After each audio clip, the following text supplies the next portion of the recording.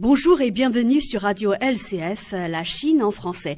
Aujourd'hui, j'ai le plaisir de recevoir Nathalie Bastianelli. Nathalie Bastianelli est fondatrice de Weibilong. C'est une plateforme internationale de promotion de solutions et d'innovation durable auprès de décideurs chinois et internationaux. Nathalie, bonjour. Bonjour. Alors, si j'ai bien compris, Weibilong dispose d'un outil très puissant. Il s'agit de Weibilong Forum. Sa 3e édition a eu lieu à Pékin. Donc, ça s'est déroulé les 24 et 25 novembre. D'ailleurs, vous venez d'en revenir. Lors de votre précédente interview, on a parlé de ce forum qui a eu beaucoup de succès parce que ça a généré 4,5 millions de clics, c'est ça ?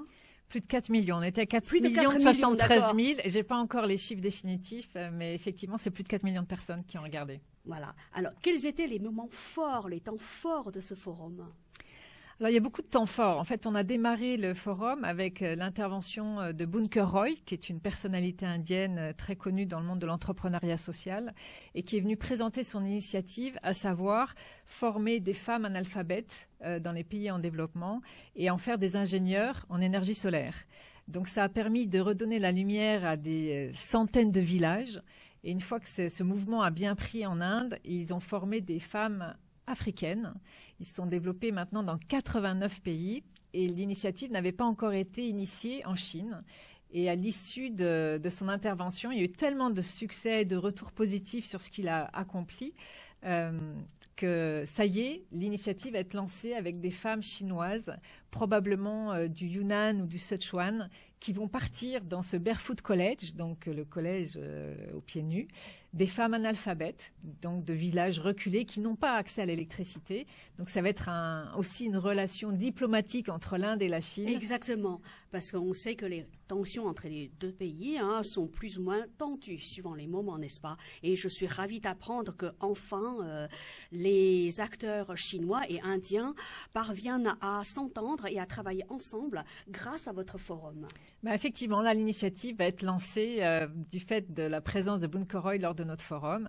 Et le gouvernement indien a déjà dit tout son soutien à cette initiative d'accueillir des femmes chinoises qui vont venir se former dans le Barefoot College de Bunker Roy. Nathalie, vous parliez beaucoup d'acteurs indiens. Est-ce que vous avez pu... Est-ce qu'il y avait beaucoup d'acteurs venus d'autres pays ? Bien sûr, on en a eu d'Europe. D'abord, c'est une initiative française, donc on met toujours des innovations et des pionniers français à l'honneur. Il y en a un qui s'appelle, dans la société, vient de la French Tech et qu'on appelle Air Visual, qui donne des solutions sur la pollution intérieure.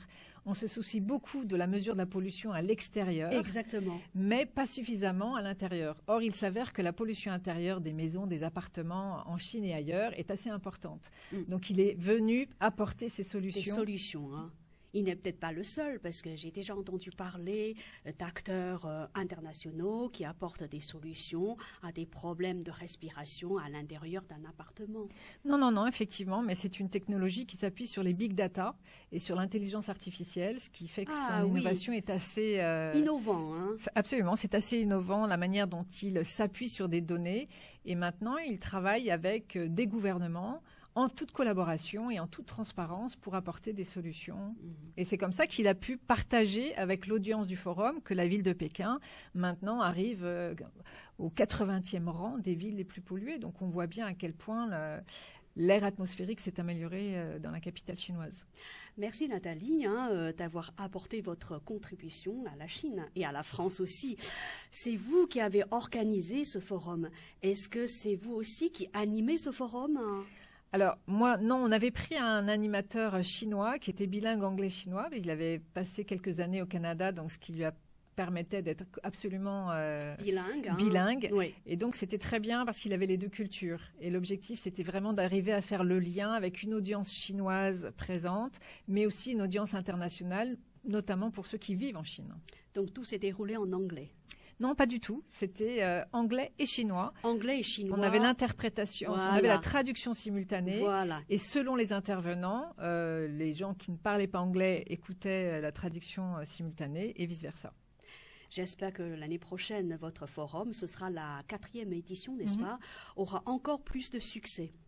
Eh bien, aujourd'hui, j'aimerais bien que vous nous présentiez à ceux qui ne vous connaissent pas encore votre agence We Belong. Alors, la plateforme We Belong est une agence pour promouvoir justement les solutions durables dans le quotidien des consommateurs. Donc, on essaie de les sensibiliser, mais notre approche se veut aussi, je vous ai dire le mot, c'est une approche un peu spirituelle, c'est-à-dire comment est-ce qu'on travaille sur la conscience des consommateurs, de la manière dont ils se comportent dans leur quotidien et comment ils font partie de la solution. Donc ça, l'événement forum, c'est la partie immergée de l'iceberg. On a également fait pas mal d'événements lors de la COP 21 en France, à Paris. Et puis, on est en train de lancer un livre qui sera et digital et imprimé sur justement toutes les solutions universelles, les éco-gestes universels. Quel que soit l'endroit où on vit dans le monde, on aura accès à des solutions par secteur, c'est-à-dire dans le secteur de la mode, comment on va se comporter, dans le secteur de la nourriture, dans l'eau, dans l'aspect digital. Donc voilà. Et on aura en même temps des interviews de pionniers, notamment cette entreprise italienne qui a eu énormément de succès lors du forum. C'est une entreprise qui s'appelle VGA, qui a gagné le prix d'innovation H&M qui a été remis cette année et qui fabrique du cuir végétal. Et l'objectif, c'est comme ce cuir est fabriqué à base de marc de vin, qui a beaucoup de vignes en Chine maintenant. Tout à fait. Eh bien, c'est une matière, les déchets ne peuvent pas être réintégrés dans la terre. C'est interdit en Italie et en France, par exemple. Et donc, comment utiliser cette matière pour en fabriquer des matériaux, notamment là, du cuir végétal? Il y a beaucoup de solutions innovantes, c'est incroyable. Alors Nathalie, vu l'enjeu de la problématique environnementale, j'imagine que votre agence We Belong travaille aussi avec des acteurs français importants. Oui, là par exemple, juste pour citer la première entreprise de cosmétiques au monde, L'Oréal, qui est venue présenter sa stratégie durable en Chine et comment elle transforme sa vision et son modèle économique pour aller justement vers proposer des produits aux consommateurs durables. Et Veolia Environnement, qui est très actif en Chine, est-ce que cette entreprise-là était présente à votre forum? Alors, il n'y avait pas Veolia, mais il y avait Engie, qui est un grand groupe français également et qui est venu nous féliciter sur l'intérêt qui a été porté à ce forum, puisqu'ils avaient prévu de venir que le vendredi et ils sont revenus le lendemain. Ils ont changé leur programme pour revenir le lendemain pour assister au deuxième jour. C'est dire l'importance de ce forum. Merci Nathalie, à bientôt. Au revoir.